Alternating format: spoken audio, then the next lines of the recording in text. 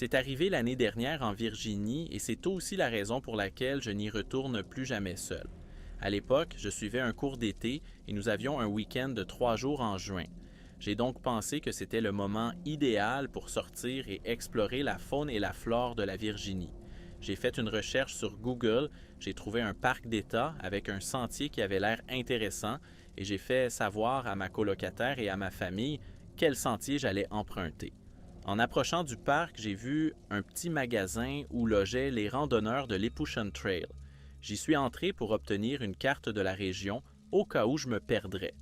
En discutant avec le propriétaire, il m'a parlé d'un sentier peu connu qui comportait une chute de haut à 16 rides et un trou de baignade. Cela m'a intéressé et je lui ai demandé de me le montrer sur la carte. Le sentier m'a emmené en dehors des limites du parc national, mais il m'a dit que c'était un endroit idéal pour faire de la randonnée. J'ai payé la carte et j'ai remercié le propriétaire. J'ai envoyé un SMS à mon colocataire et à mes parents au sujet du nouveau sentier. J'ai garé la voiture et je suis parti à l'aventure. Je dois préciser que la chute d'eau était une excursion secondaire dans le cadre d'un voyage que j'avais planifié, 3 jours, 2 nuits. J'ai emprunté une partie du sentier des Appalaches qui était remplie de gens, dont certains étaient très intéressants à rencontrer. Comme prévu, au fur et à mesure que je m'éloignais des sentiers principaux, je voyais de moins en moins de monde. En début de soirée, à 3 miles de ma destination, j'ai remarqué que les environs étaient devenus anormalement silencieux. Pas d'oiseaux, pas d'insectes, pas même une brise. Et j'ai eu l'impression d'être observé. Je l'ai balayé du revers de la main, pensant que j'analysais trop la situation. Je suis arrivé à la cascade, qui n'était pas très impressionnante, mais qui était intéressante à regarder. En plus, il y avait un bon endroit pour se baigner. Naturellement, je me suis déshabillé et j'ai fait trempette. Donc, c'était assez rafraîchissant. En me rhabillant, j'ai commencé à siffler pour moi-même. C'était un rythme qui me faisait froid dans le dos parce qu'il me restait en tête. Puis j'ai entendu quelque chose qui me répondait en sifflant le même air. J'ai cru que c'était un oiseau qui m'imitait. J'ai commencé à répéter après lui, et il répétait ce que je sifflais. J'ai trouvé ça vraiment génial. Alors que j'installais mon camp, j'ai eu l'impression d'être à nouveau observé. J'ai eu la chair de poule et mes cheveux se sont hérissés. À la tombée de la nuit, j'ai fait un petit feu et j'ai commencé à faire bouillir de l'eau pour préparer le dîner.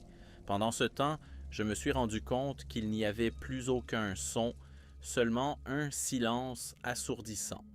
Une partie de mon cerveau me disait que je n'étais pas en sécurité et que je devais partir. Je l'ai ignoré et je me suis glissé dans la tente avec une torche et un livre. Je me suis endormi sans incident. Lorsque je me suis réveillé le lendemain matin, ma vue était en désordre. Mon tabouret de camping était introuvable. Mon sac de nourriture avait été ouvert et son contenu éparpillé sur toute la propriété. J'ai d'abord pensé qu'un animal rusé avait mâché la corde et atteint le sac, mais j'ai regardé la corde. Elle avait été coupée par quelque chose de très pointu. Par ailleurs, personne n'avait touché à la nourriture. J'ai également remarqué des empreintes de pieds nus sur tout le terrain de camping. N'oubliez pas que je me trouve à au moins 6 ou 8 miles de la route. Alors que je regardais ce désordre, j'ai entendu une branche craquer au loin. Je me suis retourné pour regarder dans cette direction. Je n'ai rien vu, mais j'ai de nouveau entendu le sifflet. Mon sifflet à nouveau, mon sifflet d'hier, mais il était différent. Cela semblait plus sinistre. Cela m'a fait dresser les cheveux sur la tête. J'ai écouté mon instinct et j'ai décidé de me tirer. Le bruit se faisait entendre au loin, alors j'ai plié mon camp aussi vite que possible. Le sifflement s'est rapproché tandis que je rangeais ma tente dans mon sac.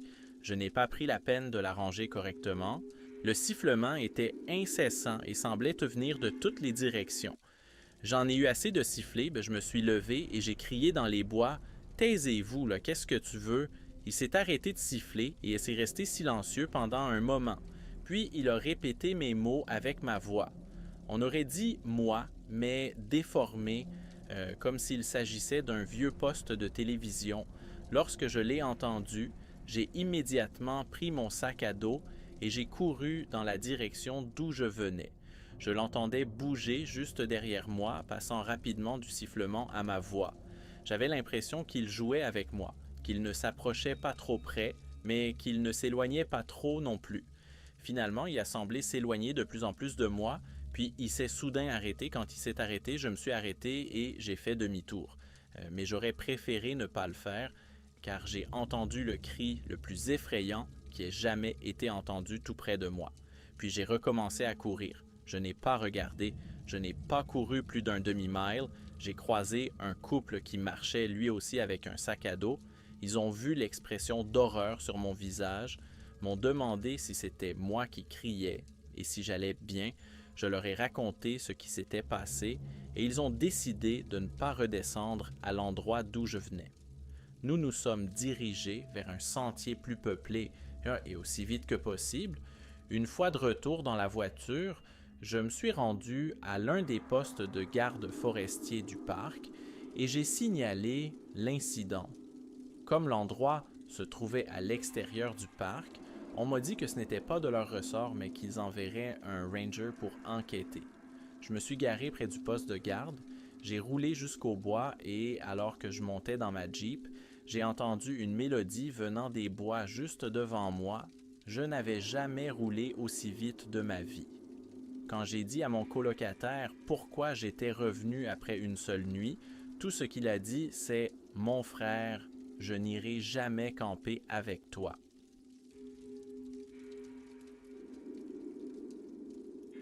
Cela s'est produit vers 2016-2017, lorsque mes amis et moi faisions une randonnée sur le sentier des Appalaches, en Caroline du Nord, non loin de Boone, mais à 30 minutes du début du sentier. Nous avons monté le camp quelques heures avant le départ pour gagner du temps et profiter du paysage montagneux. Au crépuscule, avant qu'il ne fasse nuit, nous étalons notre nourriture et notre matériel dans un arbre, roulons un joint, ouvrons quelques cigarettes et profitons de la vue sur les montagnes à travers la vallée.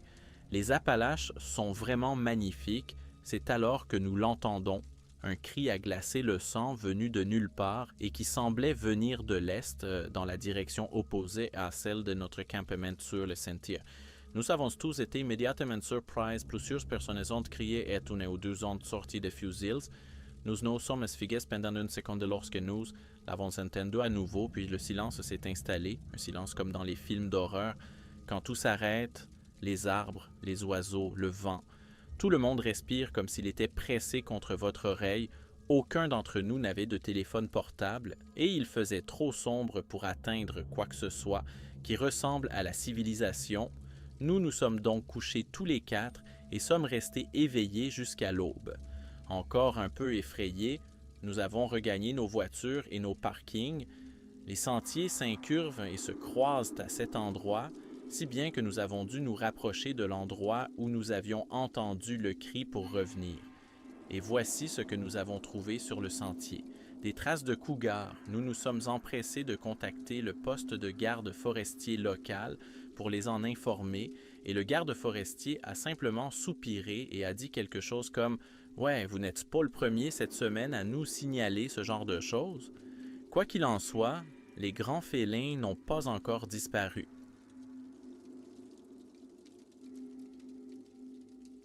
Lorsque j'étais à l'université, 4 amis et moi sommes allés camper au Bald Eagle State Park en Pennsylvanie.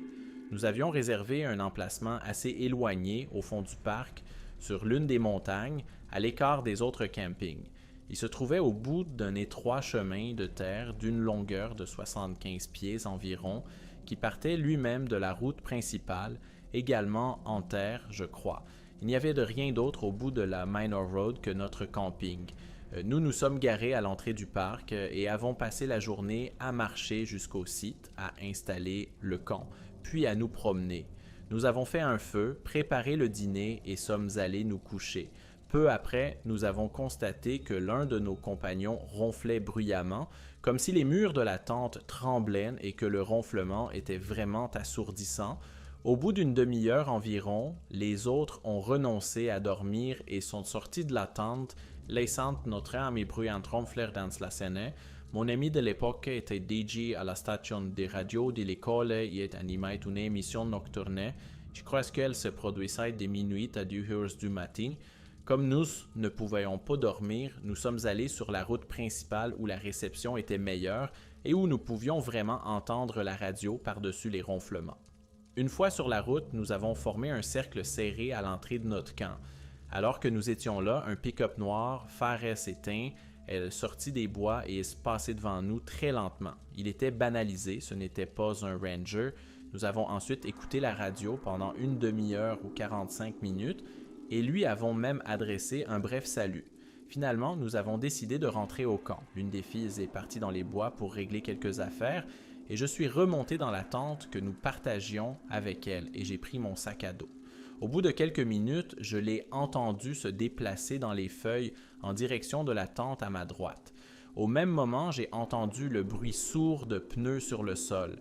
Je me suis levé et j'ai regardé par la petite fenêtre de la tente. Nous n'avons pas remonté la tente car la nuit était parfaitement claire et la lune brillait très fort, de sorte que je pouvais tout voir. J'ai vu mon ami courir vers la tente et se cacher derrière, juste au moment où un camion noir s'est arrêté devant notre camping, phares éteints, puis il a éteint le moteur et s'est rassis. Notre ami ronfle encore. J'ai un petit couteau dans ma tente et je sais que mes deux autres amis en ont au moins un dans leur tente, mais nous n'avons pas d'autres armes, pas de fusil ni de spray anti-ours, alors nous nous contentons de regarder. Comme je l'ai dit, la nuit est claire et je vois très bien le camion. Il est à environ 6 mètres de ma tente, mais je ne peux pas voir qui est assis dans le camion ni combien de personnes s'y trouvent. Rien ne semble bouger à l'intérieur du camion. Je me souviens encore du cliquetis métallique qui se fait entendre lorsque le moteur refroidit. Honnêtement, je ne sais pas combien de temps j'ai regardé cela. Mon ami s'est réfugié derrière notre tente et je pouvais entendre à sa respiration qu'elle était terrifiée, mais aucun de nous n'a dit un mot. J'ai eu l'impression que cela faisait un sacré bout de temps. Cela devait faire au moins 10 minutes, mais cela pouvait être une demi-heure ou plus. Nous attendions que quelque chose se passe, mais rien ne se passait. Le camion a fini par redémarrer et a redescendu le long et étroit chemin de terre. Il n'a jamais allumé ses phares. Je l'ai entendu repartir dans la direction d'où il venait et c'est tout. Une seconde plus tard, mon ami a fait irruption dans la tente. Maintenant, nous parlons tous. Vous avez vu ça? Putain de merde. Mais notre ami est toujours endormi. Finalement, nous sommes allés nous coucher. On a fait nos valises et on a repris la route demain matin comme prévu. Et oui, nous avons vérifié le parc et il n'y a pas de sub noir non marqué et aucun Rangers n'est venu vérifier notre zone la nuit.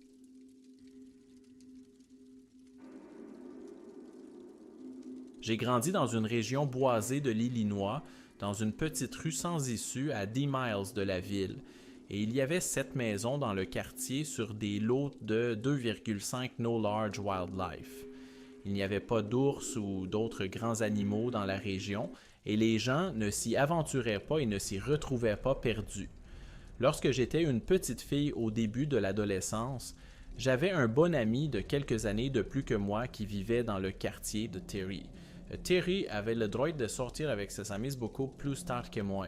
Et il venait parfois dans ma cour après s'être rentré tard et lancer des pierres depuis le gravier près de ma fenêtre pour discuter.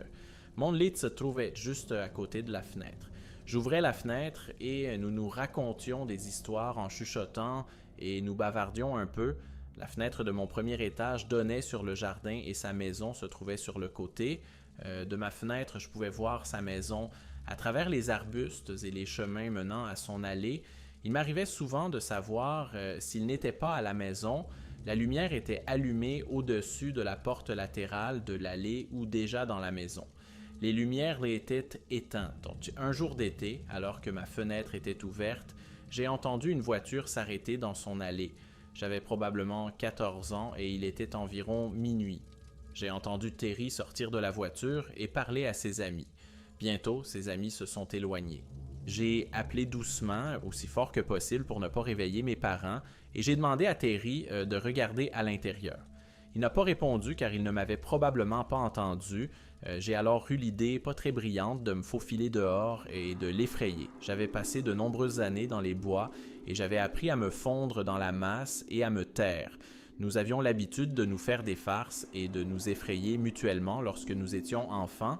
Je suis donc descendu silencieusement du premier étage et je suis sorti par la porte arrière du garage qui menait à l'arrière-cour sous ma fenêtre, laquelle menait à la maison de Terry par un chemin de gravier et un sentier bien tracé à travers les bois, d'une longueur d'environ 25 pieds.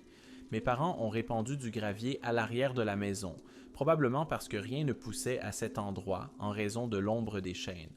Sur le gravier, de cercles de chênes de Caffans poussaient étant disposés de manière irrégulière, et selon sortait deux cercles le craquement des pierres nous trahissait, j'ai progressé habilement et silencieusement le long des cercles de rondins en direction de la maison de Terry.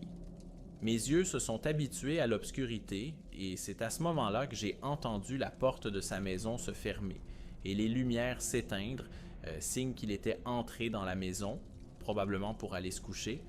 J'ai attendu un moment car j'ai cru voir quelque chose bouger dans les bois entre nos maisons, mais pas sur le chemin que nous avons toujours emprunté.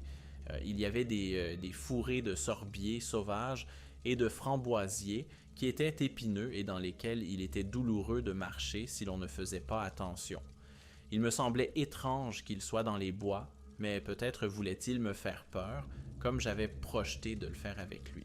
C'est alors que j'ai vu quelque chose de sombre et de taille humaine se déplacer lentement dans la forêt en s'arrêtant de temps en temps. Il se rapprochait de plus en plus et je pouvais le voir, mais il était étrange qu'il ne vienne pas directement à ma fenêtre pour me parler. Je me suis donc recroquevillé et j'ai attendu en silence, me demandant si je pouvais l'effrayer. Je pensais toujours que c'était Terry qui m'avait vu sortir en cachette et qui essayait de m'effrayer.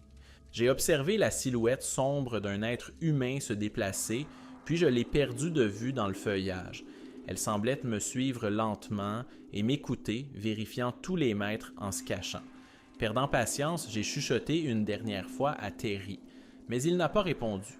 J'étais fatigué de me cacher et de m'accroupir, alors j'ai marché sur la pointe des pieds jusqu'à la porte du garage et je suis rentré dans la maison en la verrouillant silencieusement. Je suis remonté dans ma chambre, au-dessus de l'endroit où je m'étais accroupi. La fenêtre était ouverte et je pouvais entendre quelque chose marcher dans la cour. J'ai de nouveau chuchoté à Terry à la fenêtre, mais je n'ai pas eu de réponse. Puis j'ai entendu quelqu'un ou quelque chose tomber et gémir bruyamment à travers l'ouverture de la fenêtre, située juste en dessous de la mienne. Ce n'était pas assez fort pour réveiller mes parents, mais c'était tout de même assez fort. Je ne me suis pas trompé et cela m'a donné une crise d'angoisse. Si vous ne savez pas ce qu'est un soupirail, il s'agit d'un trou semi-circulaire relié à la maison, creusé à une profondeur de 3 ou 4 pieds et renforcé par du métal. Cela permet à la fenêtre du sous-sol d'être placée sous le niveau du sol et le trou laisse entrer la lumière naturelle. Terry n'aurait jamais pu tomber par la fenêtre.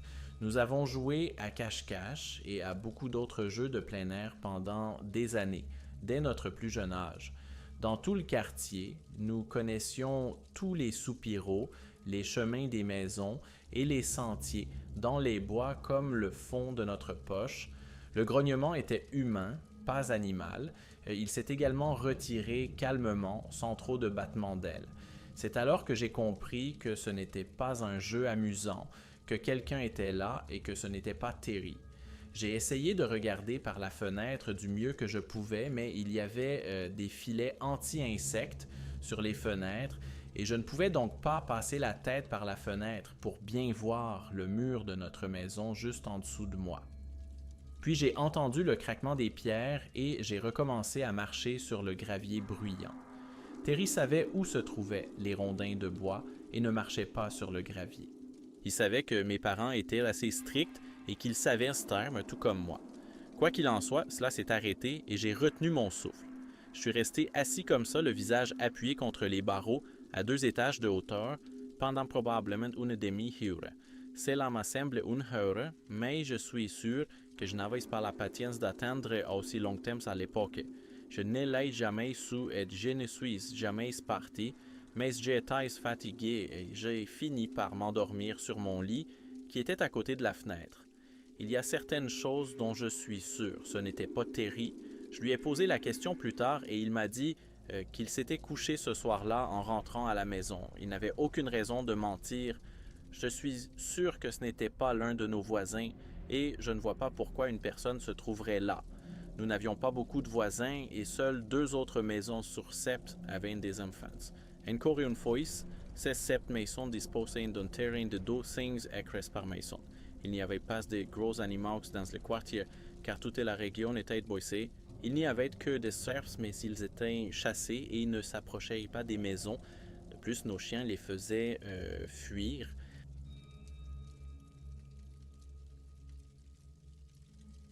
Quand j'étais plus jeune, j'ai vu quelque chose de très étrange. Mon frère et mes cousins étaient avec moi. J'étais l'aîné. Il faisait jour à 2 ou 3 heures de l'après-midi.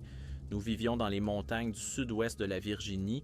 Nous nous tenions devant la maison de notre arrière-grand-mère, juste à côté de la route. La maison de nos arrière-grands-parents se trouvait de l'autre côté de la route. Un ruisseau coulait de l'autre côté de la route et beaucoup de broussailles et de mauvaises herbes poussaient le long du talus. Nous avons fait un feu dans une boîte à café et nous étions en train de faire griller quelque chose quand soudain, les buissons de l'autre côté de la rue se sont mis à trembler violemment. Il n'y avait pas assez de vent pour cela. Cela s'est arrêté un court instant puis ça recommençait. Si c'était un animal ou quelque chose comme ça, on pouvait le voir à travers les buissons. C'était tellement étrange que je me suis approché pour voir ce qui se passait. Quand je suis arrivé à l'endroit où ça tremblait, quelque chose de noir est sorti des buissons le long du talus et a plané au-dessus du ruisseau. C'était comme un solide nuage de fumée noire à travers lequel on ne pouvait rien voir et qui s'étendait au-dessus du ruisseau. Nous avions l'impression qu'il nous observait, mais je pense que nous étions trop effrayés pour bouger, puis il s'est soudain éloigné de nous très rapidement, non pas en ligne droite, mais en zigzag et très vite. Nous avons alors tous crié et couru vers la maison de notre grand-mère. La seule chose que j'ai vue depuis lors et qui ressemblait à cela, c'était dans la série télévisée Lost. Le monstre de fumée noire était similaire à ce que nous avons vu. Nous l'avons vu en 1983 ou 1984. Je n'ai pas parlé Dieu parce que je n'en ai pas vu, mais d'autres personnes de la même région avaient vu. C'était Grand Creator Noir est informé, si sauf qu'elles lui avaient même donné un nom. Ils l'appelaient un bushman et disaient qu'elle avait des yeux rouges et brillants. Peut-être que les yeux étaient invisibles la nuit ou quelque chose comme ça, mais je l'ai vu pendant la journée. Je doute qu'il s'agisse d'un être physique, mais il pouvait certainement communiquer avec des choses physiques.